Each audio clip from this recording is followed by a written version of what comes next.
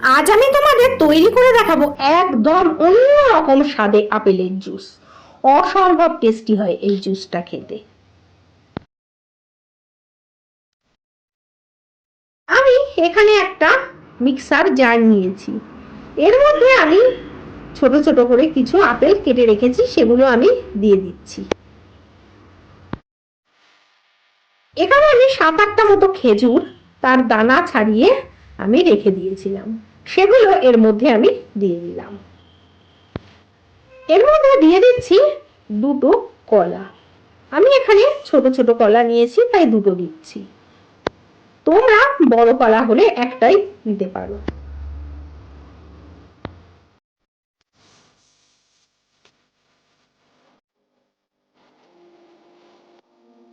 দিচ্ছি অল্প পরিমাণে বাদাম, আর এর মধ্যে দিয়ে দিচ্ছি অল্প পরিমাণে জল। জলটা একবারে বেশি দিলে মিশ্রণ হতে অনেক সময় সমস্যা হয়। দেখো আমার মিশ্রণটা হয়ে গেছে। এবার এর মধ্যে আমি দিয়ে দিচ্ছি পাতিলেবুর রস।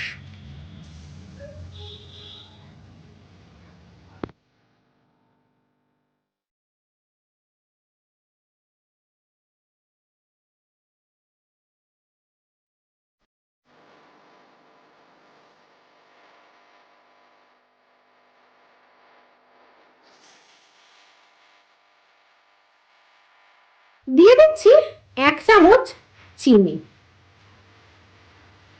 তোমরা মিষ্টি যারা বেশি পছন্দ করো তারা বেশি দিতে পারো। এবার দিয়ে দিচ্ছি অল্প একটু বিট লবণ।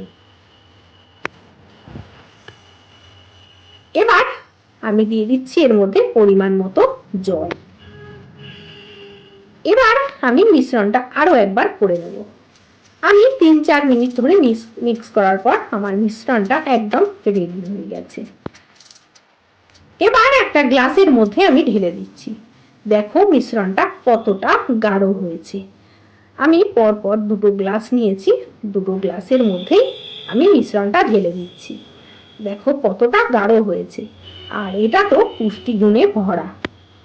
এবার আমি একটু সাজিয়ে দিচ্ছি, দেখো এইভাবে দেখতে ভালো লাগার জন্য। প্রথমে আমি আপেলগুলো পরপর এইভাবে সাজিয়ে দিচ্ছি। এবার এর পাশে একটা কলার আমি পাতলা অংশ দিয়ে দিলাম, আর এবার উপরে আমি মাঝখানে বাদাম দিয়ে দিলাম। এবার আমি একটা স্ট্র দিয়ে দিচ্ছি।